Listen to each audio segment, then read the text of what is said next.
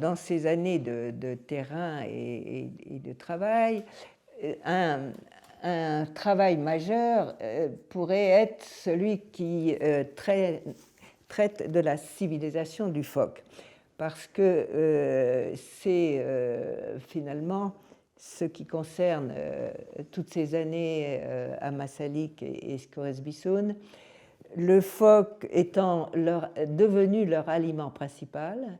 Quand la chasse à la baleine a exterminé les baleines le long de la côte orientale du Groenland, la société a dû se reconstituer, se restructurer autour de la chasse aux phoques.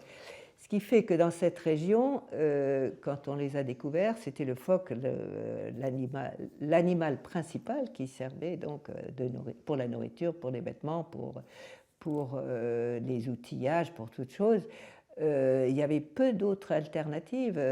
C'est une région sans arbres, très peu évidemment de flore et de végétaux, et puis l'ours blanc étant très occasionnel. Donc, on a pu l'appeler la civilisation du phoque parce que c'était alors, en parallèle avec le roi Goran, la civilisation du renne, qui avait fait du renne aussi l'élément phare des sociétés préhistoriques. Donc, c'était le clin d'œil à le roi Goran. Alors, j'ai eu la chance d'hériter des notes de terrain de Paul-Émile Victor, qu'il avait égaré, qu'il a récupéré en 86 et qui m'a demandé de l'aider à les publier. C'était des notes brutes de terrain, c'est-à-dire et qui étaient en grand fouillis. Donc, il se voyait vieillir et il voulait absolument que ce soit publié parce qu'on disait de lui avant, ben oui, il a fait du terrain, c'est sûr, il a écrit des livres intéressants comme Banquise et Boréal, mais ça c'est du récit, c'est pas scientifique. Or, il a travaillé comme on ne peut pas imaginer. Il était élève de Marcel Mauss. Et quand on connaît le manuel de Marcel Mauss d'anthropologie, il a suivi, et il était d'ailleurs favori de Marcel Mauss, il allait chez lui, ils avaient un contact très proche. Donc, il a suivi à la lettre toutes les consignes de travail sur le terrain. Bon, il a parlé extrêmement bien la langue, il a recueilli des poèmes, des chants.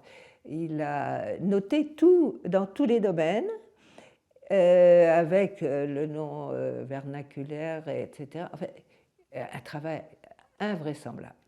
Alors, c'était magnifique, mais c'était en même temps impubliable, parce que c'était brut, c'est des notes brutes.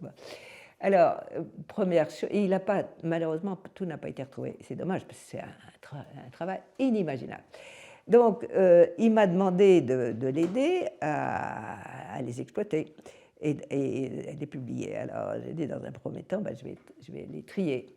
Et il m'a dit, il habitait Bora Bora, ce qui n'était pas simple. Il n'avait ni fax, ni Internet, ni rien. Hein. Donc, quand je lui ai posé une question, et il voulait que ça sorte vite. Donc, ça avait 40 kilos de documents. Je ne les ai pas pesés, mais effectivement, il y avait beaucoup. Plein de cartons. Donc, il m'a dit, vous avez carte blanche, on les publie ensemble, vous avez carte blanche. Bon. Alors, j'ai commencé à trouver, à imaginer un ordre, voir ce qu'il y avait, et puis imaginer comment les publier, comment. Et puis, alors après ça, je suis allée voir différents éditeurs.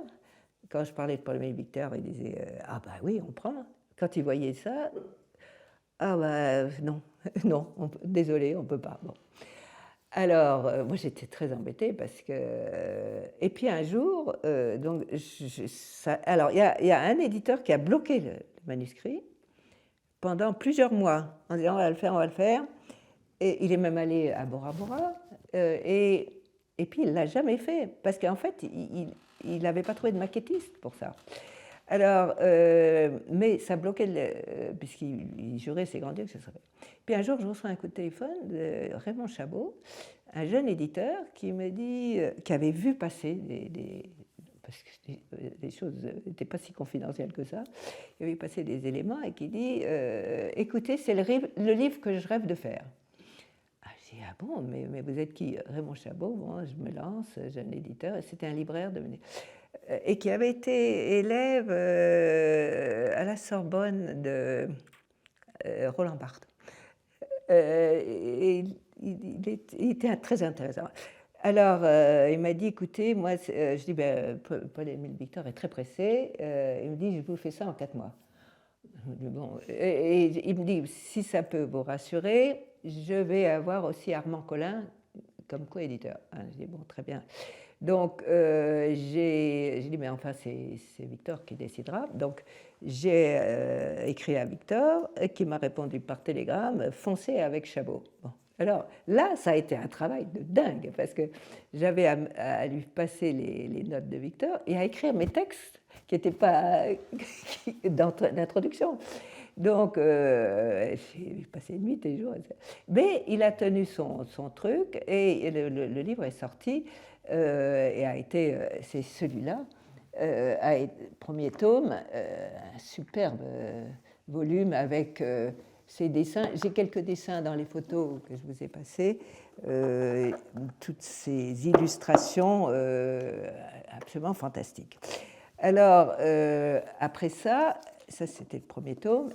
Le deuxième tome a été beaucoup plus difficile parce que il s'est fâché, Raymond Chabot s'est fâché avec Armand Collin, donc il était seul à faire l'édition du deuxième tome. Et ces rites, pratiques et légendes, et moi j'y tenais beaucoup parce que je le trouve intéressant. Et donc, il a. Et aucun éditeur ne prend un truc qui est en deuxième tome. Donc, et Chabot n'avait pas les reins très très solides, mais il fallait absolument. Et Victor me tannait en disant qu'est-ce qu'il en est. Bon, finalement, le deuxième tome est sorti grâce à une petite astuce que j'ai eue de demander à Longines, parce qu'on avait cette préparation d'expédition. Victor était le parrain de cette expédition en Transsibérie Longines.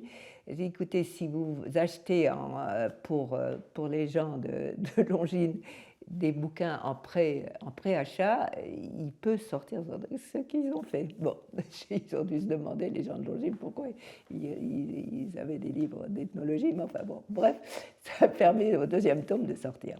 Et maintenant, il y a une réédition qui vient de se faire, et j'en suis très contente, qui est une partie du premier tome et une partie du deuxième tome, remodelé, remanié, et puis avec quelques ajouts nouveaux. Et je suis contente, il est plus facile et aussi plus accessible sur le plan financier. Et je suis très contente de cette deuxième vie qui existe depuis 1 an. Alors, donc toutes ces notes de Paul-Émile Victor, du deuxième tome, sur justement les croyances, les rites, les pratiques, le chamanisme, m'ont extrêmement intéressée. J'avais moi pris des notes à chaque mission, mais là, c'était un bilan fantastique. Et j'avais pu, au cours de mes dernières missions, aller avec des personnes comme Elisa, qui était encore en vie, etc., aller préciser des choses qui avait travaillé avec Victor, et compléter, préciser, pour que ce soit le plus parfait possible. Et à ce moment-là, Études Inuit avait fait aussi m'avait proposé, enfin j'avais suggéré de faire un numéro spécial sur les rites de passage donc dans différentes régions, et voilà, les premiers pas, le premier phoque, les premières fois, plus le passage de la vie à la mort, c'est aussi un passage. En fait, donc il y a eu tout cet épisode tourné sur les croyances, mythes et croyances. Alors, c'était une très belle aventure, difficile, parce qu'à chaque fois que je lui posais une question, j'envoyais une lettre à Paul-Émile Victor, j'avais la réponse 3 semaines plus tard. J'ai une pile de lettres, mais c'était tellement fantastique. Et alors, j'ai dans mes photos, là, une photo, il y avait un débat entre Lévi-Strauss et Paul-Émile Victor. On disait que Lévi-Strauss, et qu'ils ne s'aimaient pas. Bon. Les raisons réelles, je ne les connais pas trop, mais évidemment, ce n'était pas du tout la même ethnologie. Bon, Victor est plus ethnographe et il n'est jamais entré dans les structures, etc. Et Lévi-Strauss commence le triste tropique, va jouer les explorateurs et les mauvaises langues, et il visait Paul-Émile Victor. Bon, alors, quand même, quand Lévi-Strauss a eu en main ses livres, là, il a admis que c'était un superbe travail. Il a félicité Victor, il m'a félicité, et j'ai une photo historique où il serre la main, et je suis présente au Musée de l'Homme, donc dans la fin des années 80. Et donc, c'était un peu triste cette histoire et il était temps que ce soit connu. Et alors, il y a un troisième volume, mais qui n'est pas aussi beau que ça, dans les Medelsam Groenland, fait par Catherine Haenel et Elisa Marais, sur le recueil des chants et légendes et poèmes quadrilingues. Je crois que c'est en groenlandais de l'Est, groenlandais de l'Ouest, anglais et français. Travail remarquable et de Paul-Émile Victor et de Catherine Haenel avec Elisa Marais. Donc en réalité, il y a une somme fantastique de choses. Alors, entre autres, je crois que les jeux n'avaient jamais été décrits avec autant de détails, mais c'est un super travail. Alors, en fin de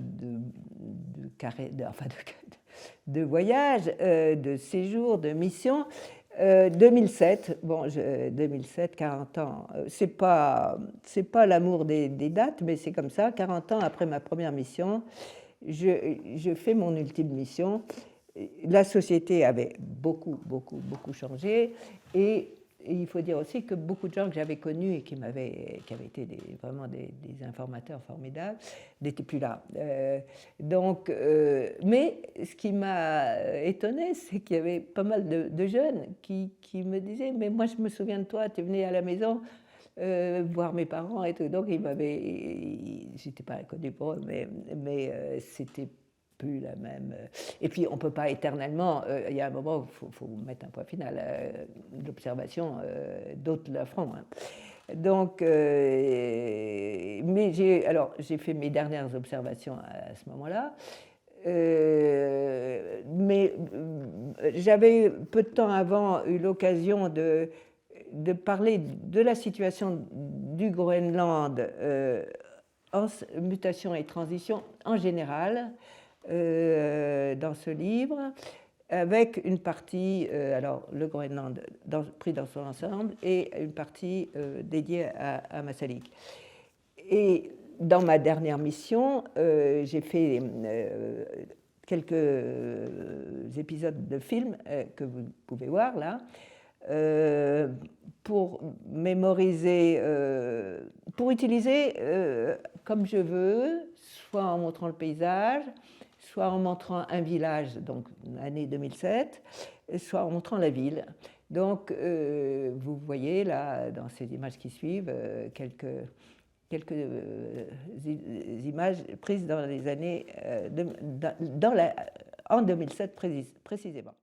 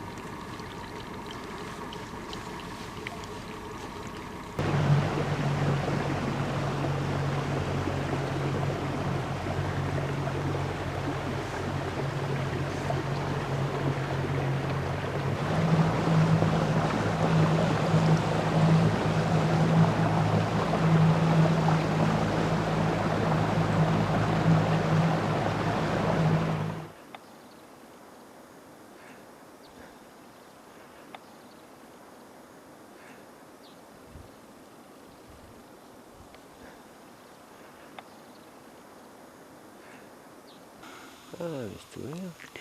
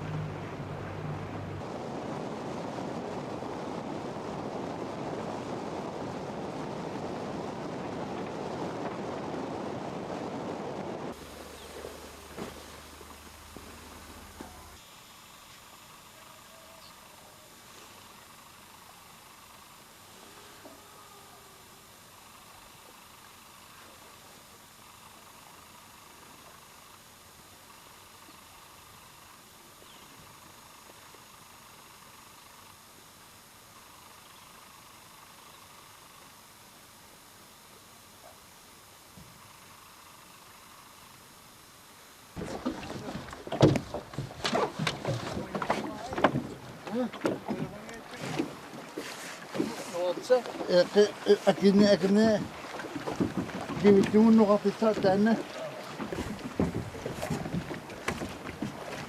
Tanah ini putaran dia jatuh. Dunia cakap. Ini tahu ni tahu nukar kacau tahu cuma ilan ni. Anak ini tahu cuma ada.